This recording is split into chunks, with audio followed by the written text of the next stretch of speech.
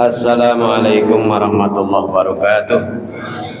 Al-Fatihah li sayyidina wa habibina Rasulillah Muhammad ibn Abdullah sallallahu alaihi wasallam wa ala alihi wa ashabihi wa azwajihi wa dzurriyyatihi wa ibadihi wa ikhwanihi minal anbiya'i wal mursalin wal khulafa'ir rasyidin wa sahabatit tabi'in wa imamil arba'atil mujtahidin wa muqallidihim wal awliya syuhada sholihin wa sufiyatil muhaqqiqin wal ulama'il amilin wa masyaikhina fid din kafan qiyad sabi abdur rahman wa qiyamullah irfan al-musa'ali yazid rais ke syekh azami wa rasul akbar jamiyatin hadatul ulama ke muhadasi masyari wa rasul akbar jamiyatin muhammadiyah ke ahmad halan wa ila rahi abaina wa ummahatina wa azwajina wa dzurriyyatina wa ali baitina wa amwati hadil qaryah minal muslimin wal muslimat wal mu'minin wal mu'minat lahumul fatihah. A'udzu billahi minasyaitonir rajim. Bismillahirrahmanirrahim. Alhamdulillahi rabbil alamin arrahmanir rahim maliki yaumiddin iyyaka na'budu wa iyyaka nasta'in ihdinas siratal mustaqim siratal ladzina an'amta 'alaihim ghairil maghdubi 'alaihim waladdallin amin. Bismillahirrahmanirrahim. Alhamdulillahi rabbil alamin wassalatu wassalamu ala asyrafil mursalin sayyidina wa maulana Muhammadin wa ala alihi wa sahbihi ajmain amma ba'd. Fa inna asdaqal hadis kitabullah ta'ala wa khairal hadi hadi Muhammadin sallallahu alaihi wasallam wa syarrul umur muhdatsatuha wa kullu muhdatsatin bid'ah wa kullu bid'atin dhalalah wa kullu dhalalatin finnar.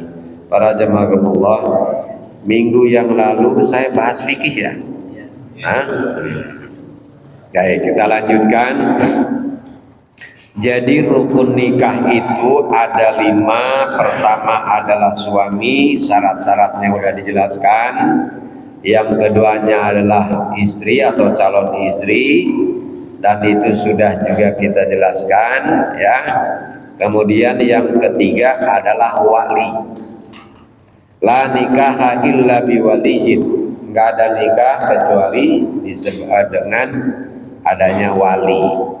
Nah, tinggal syaratnya. Wa syurita fihi ayyakuna mukhtaran fala yasihun nikah min mukrah. Disyaratkan pada wali ini bahwa si wali itu mukhtar atas kehendak sendiri. Ya. Bukan terpaksa, maka tidak sah menjadi wali kalau dipaksa.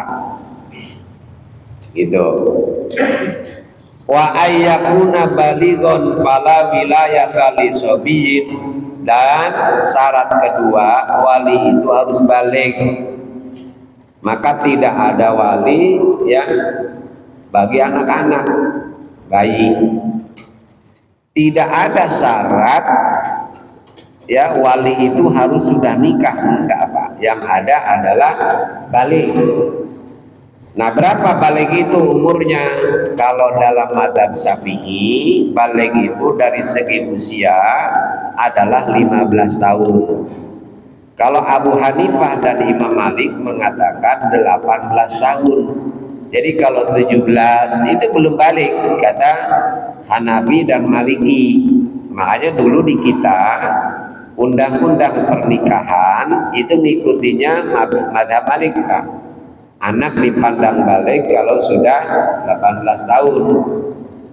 Nah, kenapa sekarang Imam Syafi'i mengatakan dewasa itu 15? Dari mana dasarnya? Ya. Ketika mau perang Badar itu terjadi pada tahun 2 Hijriah, Pak, perang Badar itu.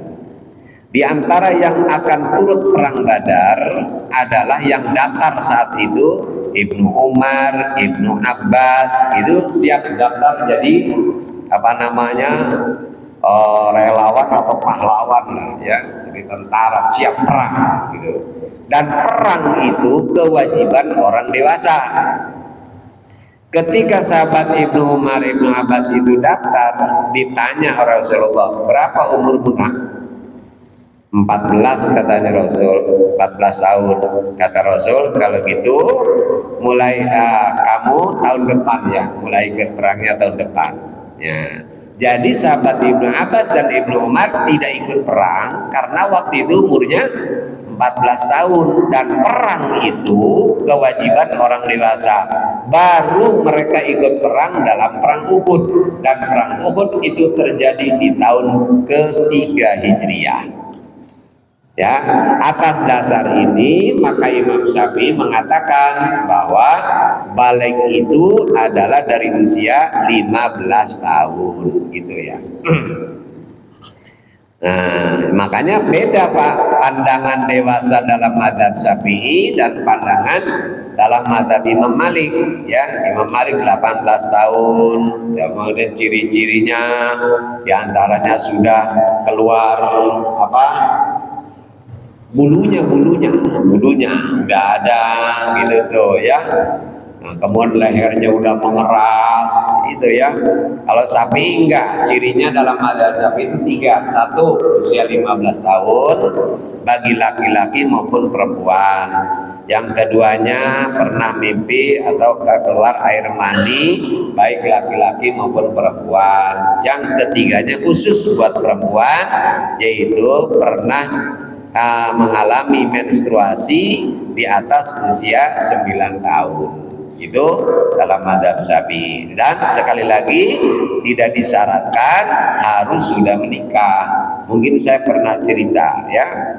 Dulu nih ada murid datang ke saya, Pak Ustadz, saya minta kesediaannya Pak Ustadz ya dalam acara pernikahan adik saya. Adik saya katanya gitu. Ya baik, kata saya gitu kan. Kemudian walinya siapa? Walinya mamang saya katanya Ustaz. Loh kok mamang ente? Kan ente abangnya kan? Maksud saya ini ada abangnya lagi ente atau adik laki-laki? Enggak, saya paling tua. Lah kalau ente abangnya, kenapa yang jadi wali mamang kamu? Nggak bisa dong ya, urutannya wali itu bapak, kakek ya, saudara gitu, baru mamang. Kalau saudaranya nggak ada. Tapi katanya masalahnya nggak enak, katanya kita mamang lo kan ada yang tuaan. Masalah wali nggak karena tuaan muda kan. Yang berhak jadi wali siapa? Lagian kan saya katanya Pak Ustadz belum nikah. Siapa yang mensyaratkan wali itu harus sudah menikah? Nggak ada Pak. Syaratnya balik. Itu syaratnya. Waduh, tapi saya katanya nggak enak. Ya terserah kamu. Terserah kamu. Ngikutin nggak enak perasaan apa mengikuti hukum?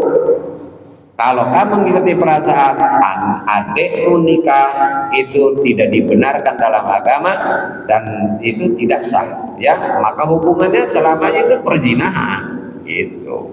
Kecuali kamu nggak ada, baru turun ke mamang gitu Pak ya. Apa nggak ada solusinya? Kalau solusinya ada, kalau solusinya kamu wakilkan, begitu, wakilkan kepada mamang kamu. Mang, saya mewakilkan ke mamang untuk menjadi mewakilkan kepada mamang untuk menikahkan adik kandung saya, begitu ya. Sebab perwakilan ini boleh Pak, mewakilkan wali juga mewakilkan obul ya. Ya, makanya kan suka ada orang mewakilkan kepada kiai gitu. Nah nanti kiainya mengatakan, saya nikahkan, saya kawinkan kamu dengan Fatimah binti Anu yang walinya sudah mewakilkan kepada saya dengan masker sekian tunai, itu begitu Pak. Begitu juga qabul boleh Pak mewakilkan ya.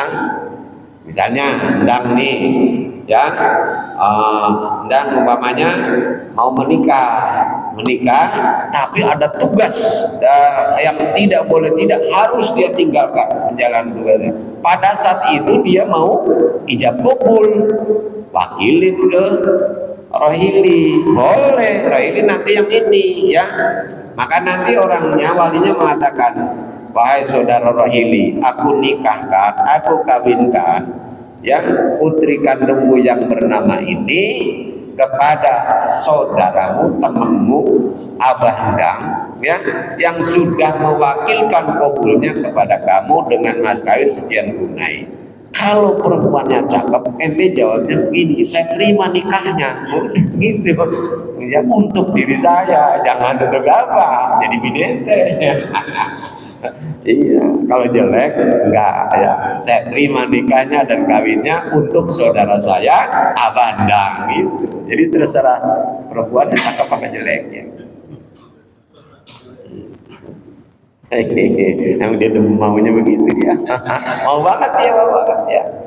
Baik gitu ya. Jadi balik salah. Li annahu la yali amro nafsi. Fa kaifa yamli amro ghairi? Karena namanya anak-anak tidak bisa mewalikan urusan dirinya. Bagaimana bisa mewalikan urusan orang lain? Gitu ya. Lalu yang berikutnya wa ayyakuna akilan, juga harus berakal. Fala wilayah kalimatu wa majnunin, enggak ada, maka tidak boleh menjadi wali orang yang bloon, juga orang yang gila ya. Kemudian wa ayyakuna hurran fala wilayah kalikrokikin wala limubaat. Yang berikutnya lagi syaratnya wali itu harus orang merdeka. Kalau sekarang insya Allah nggak ada budak ya, harus orang merdeka. Nah, maka tidak sah pernikahan kalau walinya budak, sekalipun itu budak mubahat ya. Lalu yang berikutnya wa ayyakuna dzakaron yaqina fala wilayah kalihunsa wala limra'atin ala nafsiha wala ala ghairiha. Dan syarat berikutnya wali itu harus pasti laki-laki ya, harus yakin laki-lakinya, maka tidak boleh banci jadi wali. Banci sebenarnya banci dengan waria itu beda Pak ya. Kalau waria itu sebenarnya laki-laki ya, dia itu laki-laki, cuma perilakunya sifatnya kayak perempuan. Kalau banci, saya dengar Mu'alim Syafi'i, guru itu dulu mengatakan, konon katanya ban itu banci itu dua. Jadi banci itu artinya orang yang punya dua kemaluan. Itu punya dua kemaluan. Nah itu kadang-kadang ya, karena dua kemaluan ada duanya, mau disebut perempuan ada barang laki-lakinya, mau disebut laki-laki ada barang perempuannya. Karena itu nanti ini bisa dihukumi laki, bisa dihukumi perempuan, tergantung nanti kepada sifat-sifatnya dan lain sebagainya, kriterianya banyak. Karena itu mereka nggak boleh jadi karena wali. Begitu juga perempuan tidak boleh ya, wali itu harus laki-laki. Walau zawwajat nafsaha aw ghairu bi idil wali aw bi ghairi idni aw zawwajaha wa wali biniha duna idni batalal aku. Kalau si perempuan menikahkan dirinya atau menikahkan orang lain, baik dengan izin wali atau tidak dengan izin wali. Nah, kenapa ada kata-kata baik dengan izin wali atau tidak dengan izin wali? Begini Pak, ada ulama yang berpendapat kalau perempuan itu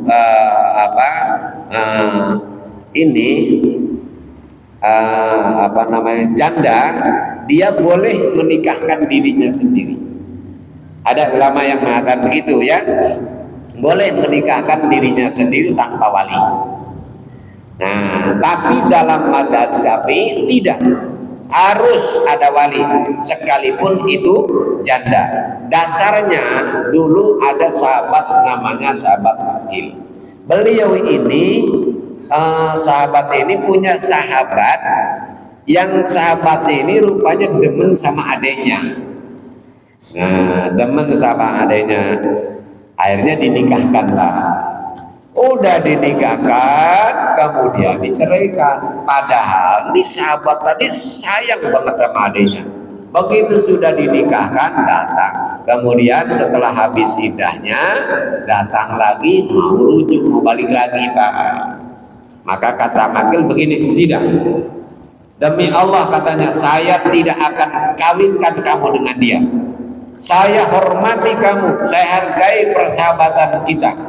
Tapi kau sudah ceraikan adik saya. Padahal kamu tahu saya sangat sayang pada adik saya. Saya tidak akan menikahkan lagi. Nah, kalau benar-benar janda itu boleh nikah tanpa wali, ngapain minta diwalikan lagi sama abangnya? Udah aja nikah, gitu kan?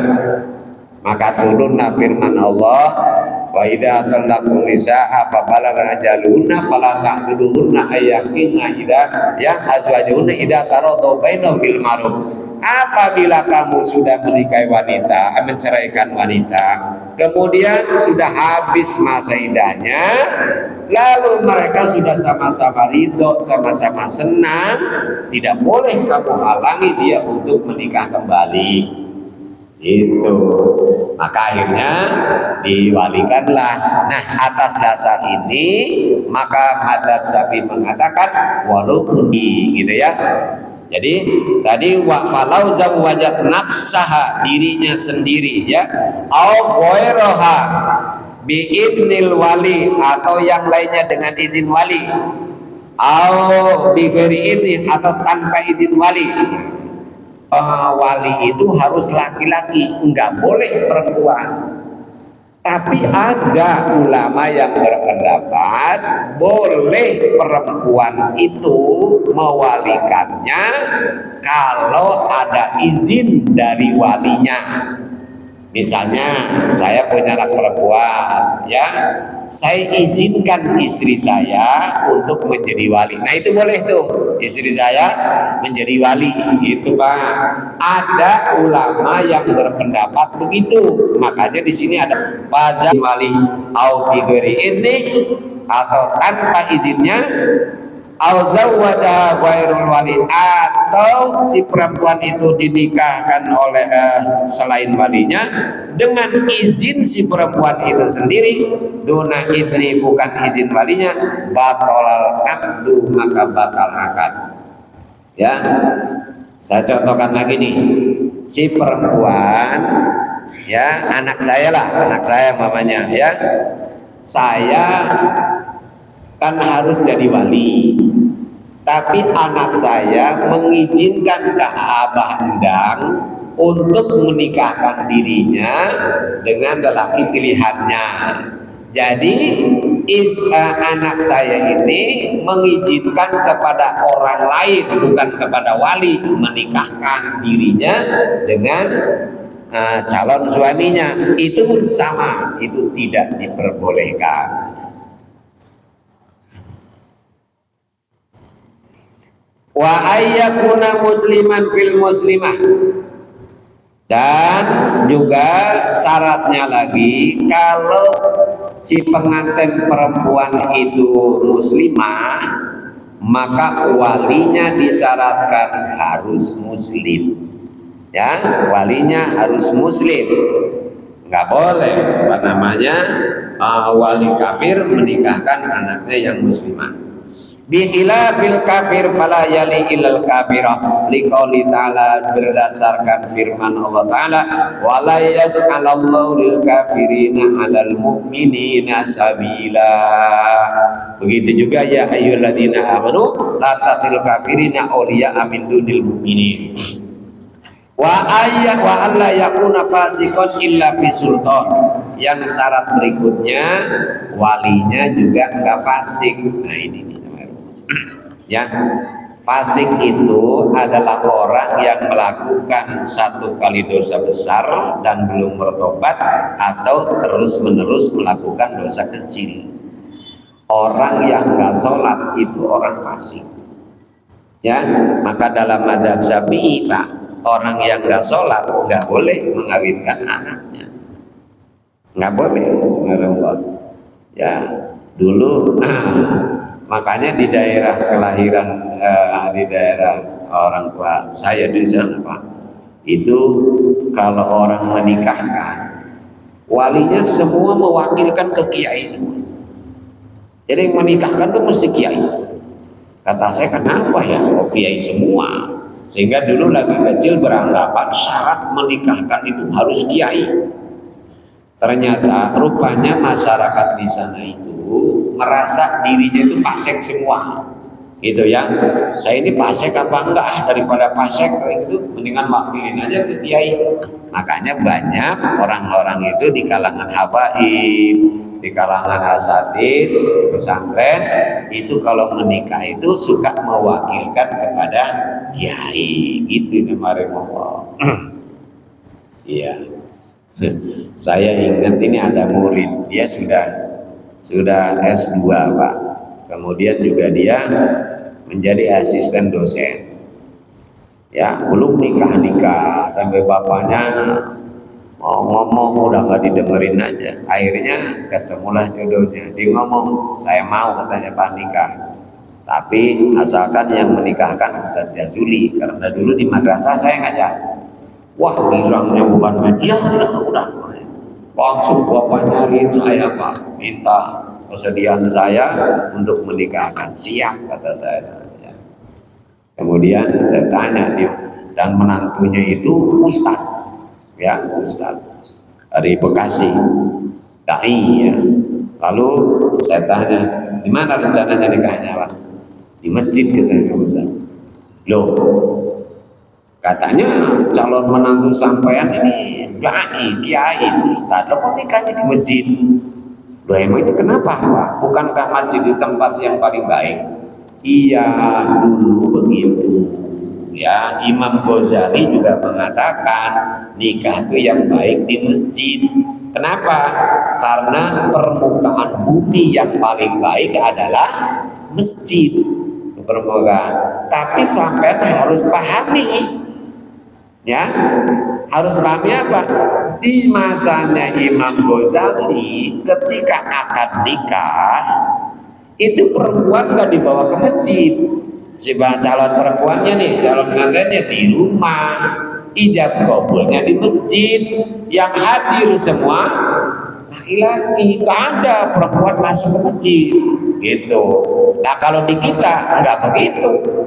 Di kita akad nikahnya di masjid, pengantinnya juga masuk masjid, udah begitu pakai pakaian pengantin, sebagian payudaranya kelihatan. Lihatin apa? Ya. Jamarullah. Nah sekarang ketika apakah semua wanita yang masuk masjid itu pakai kerudung? Tutup orang? Enggak Pak. Udah gitu pakaiannya yang menor-menor juga masuk ke masjid, maka di masjid terjadilah berbagai kemungkaran, orang terlihat, gitu kan? Ditambah lagi kita tidak bisa menjamin bahwa semua yang masuk ke masjid itu tidak haid. Nah, padahal orang haid kan nggak boleh Pak diem di masjid. Itu loh masalahnya. Makanya kata saya, di kita ini yang baik nikah bukan di masjid, di rumah Pak. Itu sampean siap nanggung dosanya. Oh ya nggak mau katanya Ustaz. Lah kalau nggak mau di rumah ya. Gitu. Kecuali kalau akad nikahnya laki-laki semua itu di masjid baru, sehingga di masjid tidak tercipta kemungkaran yang ada Allah. Ini orang nggak memahami ke sini, ya. Dipahaminya masjid gitu aja. Makanya rata-rata pada nikah di masjid. Karena apa? Karena masjid adalah tempat terbaik. Betul jemaah Allah, ya. Tapi membuat kemungkaran di dalam masjid itu dan membiarkan adanya kemungkaran di masjid itu adalah dosa bagi kita semua. Ini yang harus dipahami. Wa ayyakuna halalan, yang berikutnya si walinya juga halal. Artinya wali halal itu lagi tidak tidak lagi umroh, lagi ihram. Jadi kalau lagi ihram nggak boleh, karena di antara larangan buat muhrim adalah nikah, menikahkan, melamar itu sama, nggak boleh di waktu ihram. Nah itulah mengenai syarat-syarat wali. Dah nggak hafal nggak apa-apa, yang penting paham ini isinya begini ya. Gitu. Kalau hafal sih belum tentulah hafal, belum tentu ada yang hafal ya. Baik.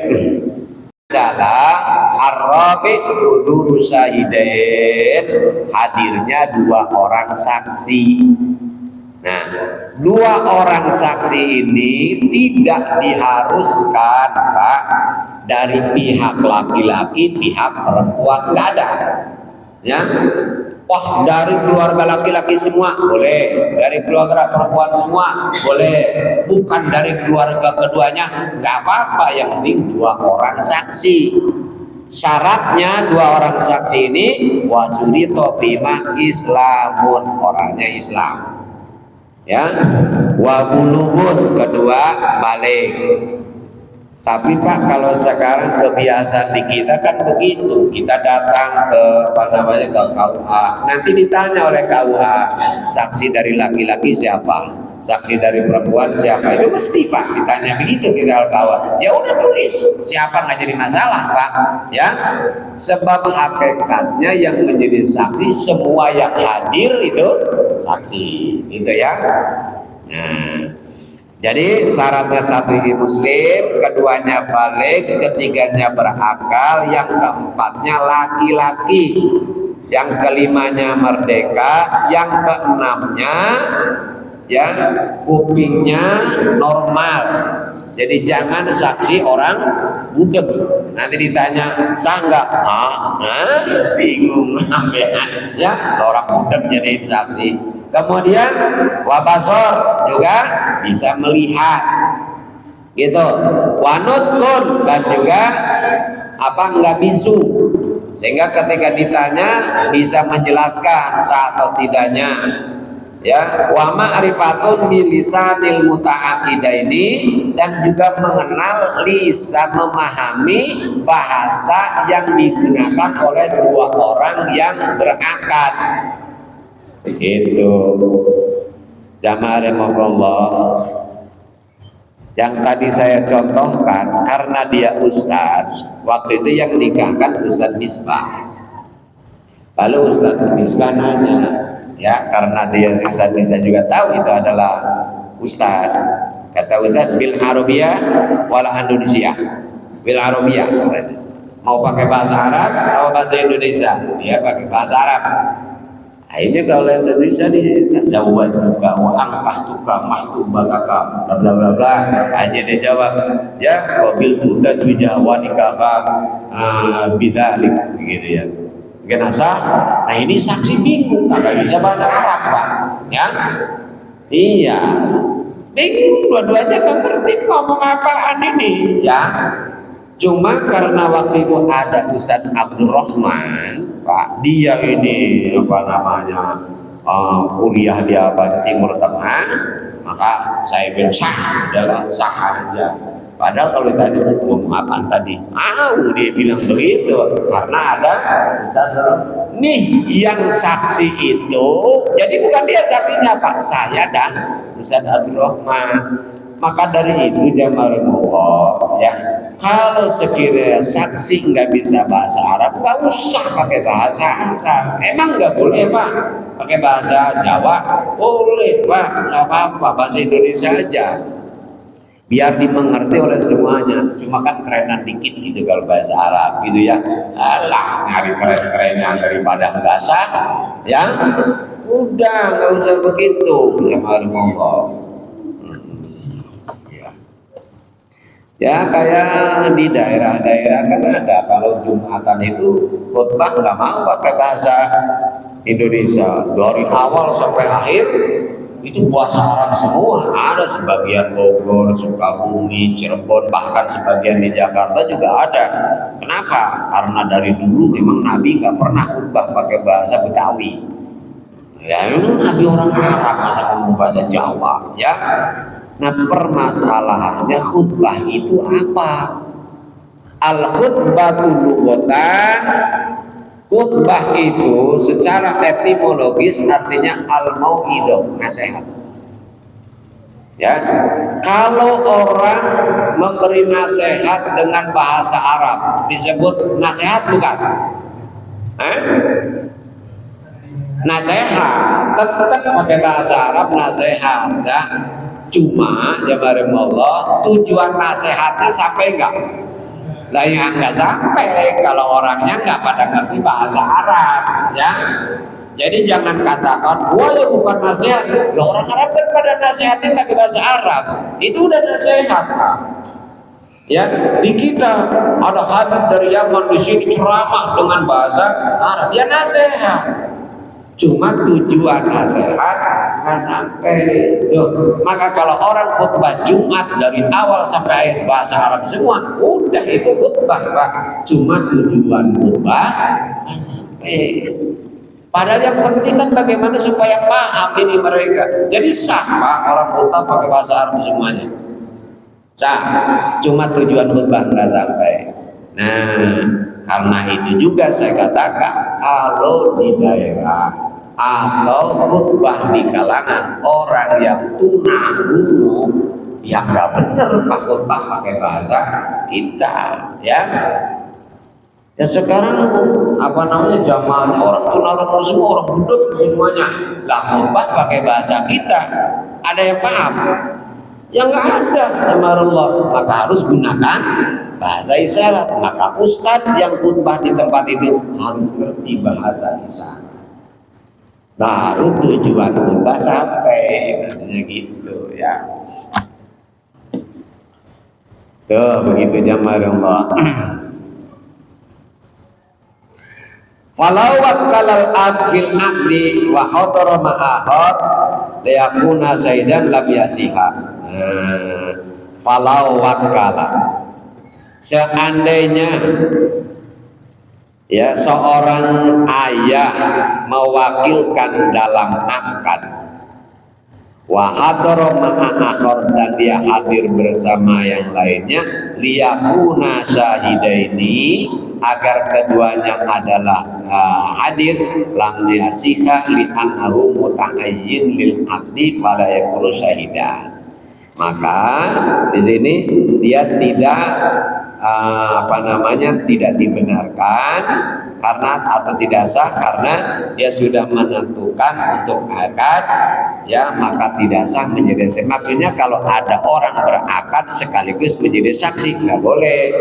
Jadi wali ya wali, jadi saksi ya saksi aja, jadi wali ya wali saja, gitu ya. Saya menikahkan anak sekaligus sebagai wali juga sebagai saksi, nggak bisa, ya. Wali saja, saksi saja, gitu. Al-khamis, nah yang kelima,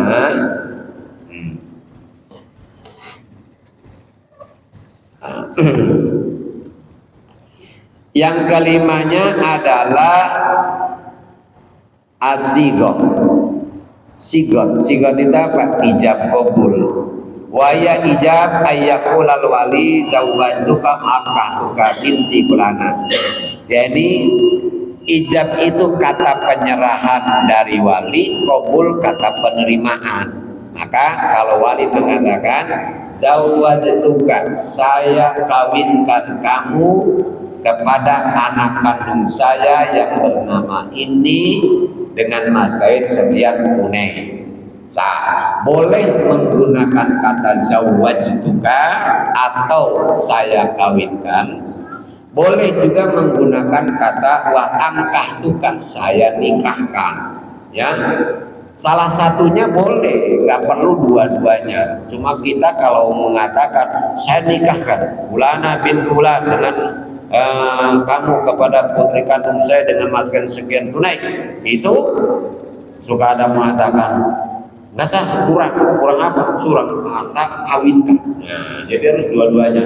Nah ini pernah terjadi Pak, pernah terjadi di Atin, ya, di Atin jamaah saya ketika menikahkan, walinya mengatakan saya nikahkan saudara kepada putri kandung saya bernama ini, ya, dengan mas kain sekian tunai, saya terima. Nah, begitu sudah selesai, hari berikutnya datang bapaknya si wali ke rumah saya. Ustaz, saya diprotes, ini katanya pernikahannya tidak sah.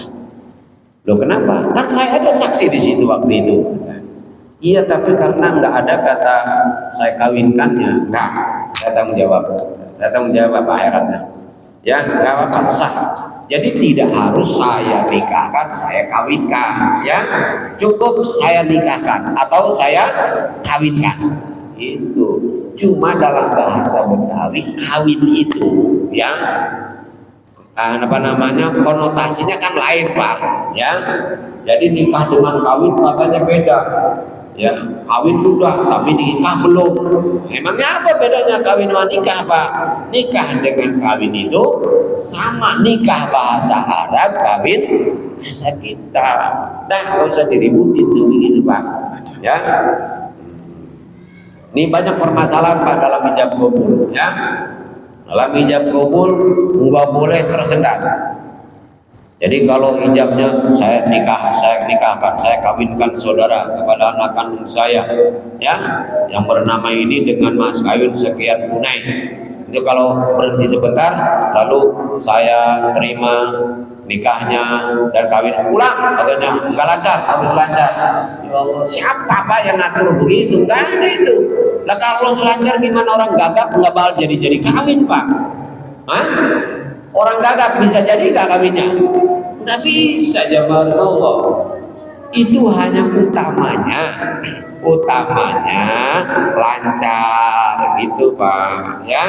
Tidak harus begitu. Bahkan jamaah Allah, kalau si wali mengatakan saya nikahkan, saya kawinkan saudara kepada putri kandung saya bernama ini dan mas sekian tunai, itu si pengantinnya udah terima, saya terima, bisa ngomong. Jadi Pak, sebenarnya, ya, kira-kira kalau terjadi begitu dianggap sah nggak, Pak? Enggak, wah, apa tuh nikah, jawabnya di sono ludah dulu kalian, ya. Nah, jadi kita ini karena kebiasaannya seperti itu, dianggap yang sudah biasa itu menjadi syarat. Padahal itu utamanya saja, Pak, tidak harus syarat. Makanya saya kalau jadi saksi nggak pernah bilang nggak sah, gitu aja udah. Ya, kenapa? Kasihan loh, Pak, ya. Berapa kali tempo hari Pak Tangko, ya, ada orang udah tua nikah, Pak. Begitu. Pulang. Aduh. Jangan sulit orang. Apalagi sekarang ini orang mau nikah, masya Allah, susahnya luar biasa, ya. Baik, semoga Allah panjangkan umur kita dalam taat kepadanya, Allah bimbing hati kita ke jalan yang diridai dan dicintainya, dan semoga pula Allah melimpahkan rahmat, taufik dan hidayah kepada kita, anak cucu kita, sehingga dapat istiqomah dalam menjalankan perintahnya dan menjauhi larangannya, dan manakala wafat Allah wafatkan kita semua dalam keadaan husnul khotimah. Rabbana taqabbal minna du'ana wa rajana sayra amalina bi rahmatika ya arhamar rahimin. Rabbana atina fid dunya hasanah wa fil akhirati hasanah wa qina adzabannar. Rabbana la tu'akhidna in nasina aw akhtana. Rabbana la tahmil 'alaina isran kama hamalta 'ala alladziina qablina. Rabbana la tuhammilna ma la taqata lana bih wa'fu 'anna waghfir lana warhamna anta maulana fansurna 'alal qaumil kafirin. Wa sallallahu ala sayyidina Muhammadin wa ala alihi wa sahbihi. Assalamualaikum warahmatullahi wabarakatuh.